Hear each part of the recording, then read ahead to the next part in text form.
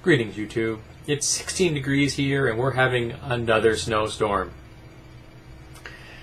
I was watching a video yesterday done by John Green of the Vlog Brothers, who is someone that everyone on YouTube should watch. He is, after all, one of the people that helped to found the very concept of the YouTube community, in particular, the Nerd Fighters. And he was discussing the subsidies given to cotton farmers here in the United States. And the fact that the United States government subsidized cotton farmers over $3 billion. And that this pretty much violates the trade agreements that we've made with the world at large. And Brazil complained so much that they petitioned to have us censured. Of course, there is no real means to punish us in any way, so the United States government just said, yeah, screw off. But they started to put pressure on other people, and eventually the U.S. government decided, okay, we'll pay the farmers in Brazil $147 million, but we're not going to stop subsidizing cotton farmers.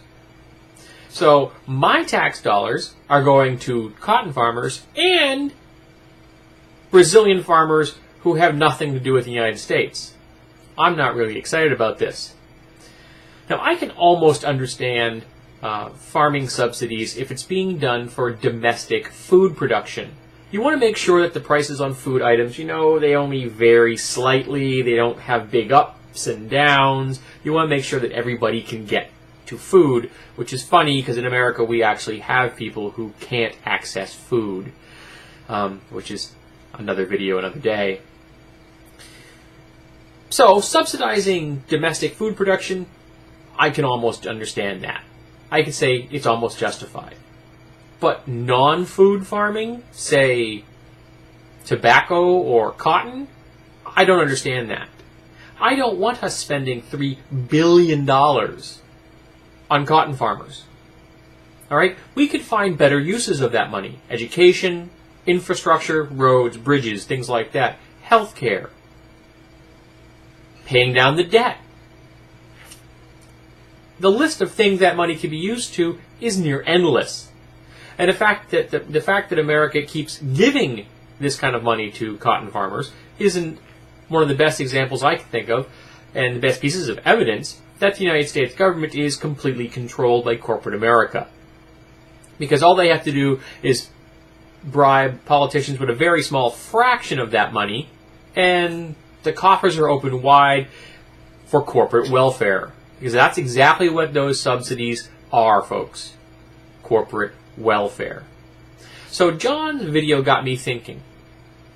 How is it that fiscal conservatives, whether they're Blue Dog Democrats, Republicans, or Tea Party members, how can those fiscal conservatives justify $3 billion in farm subsidies to cotton farmers?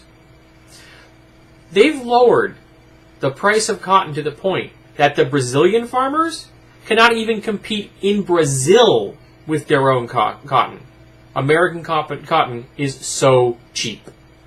That's not right, folks. And that definitely isn't the invisible hand of the free market. No, it isn't.